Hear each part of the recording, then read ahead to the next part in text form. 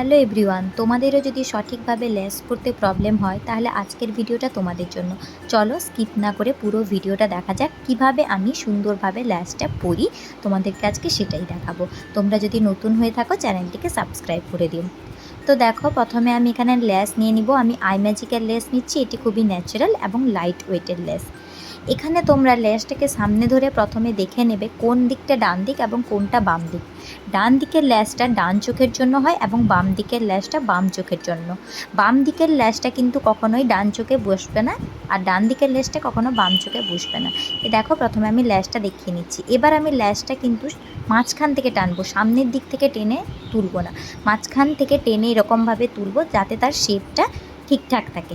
এবার ল্যাসটাকে নিয়ে তোমাকে চোখের ওপর বসিয়ে দেখতে হবে যে ল্যাসটা ঠিকঠাকভাবে মাপ হচ্ছে কিনা। যদি মাপ বেশি বড় ছোট হয় তাহলে শেষের দিক থেকে কাটবে, সামনের দিক থেকে কখনো কাটবে না।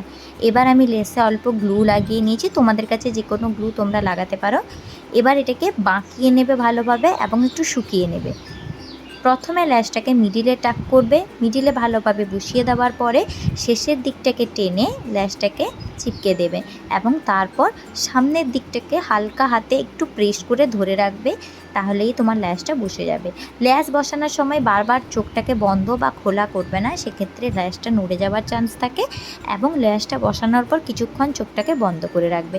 তো দেখো কত সুন্দর অ্যাপ্লিকেশন হয়ে গেল। তোমাদের যদি ভিডিওটি ভালো লাগে অবশ্যই আমার চ্যানেলটিকে সাবস্ক্রাইব করো এবং পাশে থাকা বেল আইকনটি ক্লিক করে নিও পরবর্তীকালে এরকম নলেজেবল ভিডিও পাওয়ার জন্য। চলো টাটা।